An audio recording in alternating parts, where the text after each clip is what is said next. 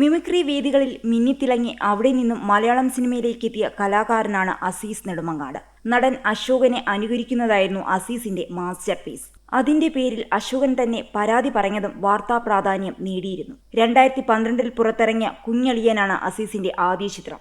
Action hero Biju എന്ന ചിത്രത്തിലെ വേഷത്തിലൂടെയാണ് താരം ശ്രദ്ധിക്കപ്പെട്ടത്.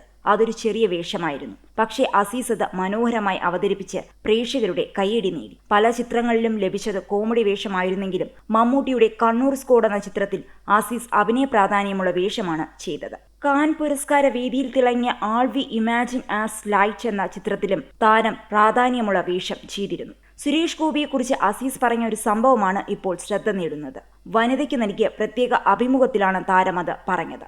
അത് സുരേഷ് ഗോപി അസീസിന്റെ വീട് സന്ദർശിച്ചതിനെ കുറിച്ചാണ്. അസീസ് പറഞ്ഞ ഈ സംഭവത്തിലെ പ്രധാനി ഒരു മട്ടൻ കറിയാണ്. സുരേഷ് ഗോപിയോടൊപ്പം അസീസ് ഒരു അമേരിക്കൻ പര്യടനം നടത്തിയിരുന്നു. ഇതിനിടയിലാണ് മികച്ച പാചകക്കാരനായ തന്റെ ബാപ്പയുടെ മാസ്റ്റർ പീസായ മട്ടൻ കറിയെക്കുറിച്ച് അസീസ് സുരേഷ് ഗോപിയോട് പറയുന്നത്. അസീസെ, എനിക്കും കഴിക്കണം ആ മട്ടൻ കറി. ബാപ്പയോട് ചോദിക്കണം അത് ഉണ്ടാക്കി തരുമോ എന്ന് സുരേഷ് ഗോപി അസീസിനോട് പറഞ്ഞു. അന്ന് സുരേഷ് ഗോപി പറഞ്ഞത് വെറും വാക്കല്ലെന്ന് പിന്നീടാണ് അസീസിന് മനസ്സിലായത്. നാട്ടിൽ വന്ന് ഒരാഴ്ച കഴിഞ്ഞതിനു ശേഷം അസീസിന് സുരേഷ് ഗോപിയുടെ ഫോൺ കോൾ വരുന്നു. ഞാൻ എന്നാണ് മട്ടൻ കറി കഴിക്കാൻ വീട്ടിലേക്ക് വരേണ്ടത് എന്ന് സുരേഷ് ഗോപി. അസീസിന് ആകെ വെപ്രാളമായി. സുരേഷ് ഗോപിയെ പോലെ ഒരു സൂപ്പർ താരത്തെ സ്വീകരിക്കാനുള്ള സൗകര്യങ്ങൾ തന്റെ വീട്ടിലില്ല. അതായിരുന്നു അസീസിന്റെ പ്രധാന ആശങ്ക. കറി എങ്ങാനും അദ്ദേഹത്തിന് ഇഷ്ടമായില്ലെങ്കിലോ എന്ന ആശങ്കയും അസീസിനുണ്ടായി. അസീസ് രണ്ടും കൽപ്പിച്ച് സുരേഷ് ഏട്ടന് ഏത് സമയത്തും വരാമെന്നും മറുപടി നൽകി. സുരേഷ് ഗോപി വീട്ടിലെത്തുകയും ചെയ്തു. സുരേഷ് ഗോപിയോട് ഉമ്മ പറഞ്ഞത് ഞങ്ങളുടെ വീട് ചെറുതാണ്, ഇഷ്ടമാകുമോ എന്തോ എന്നായിരുന്നു.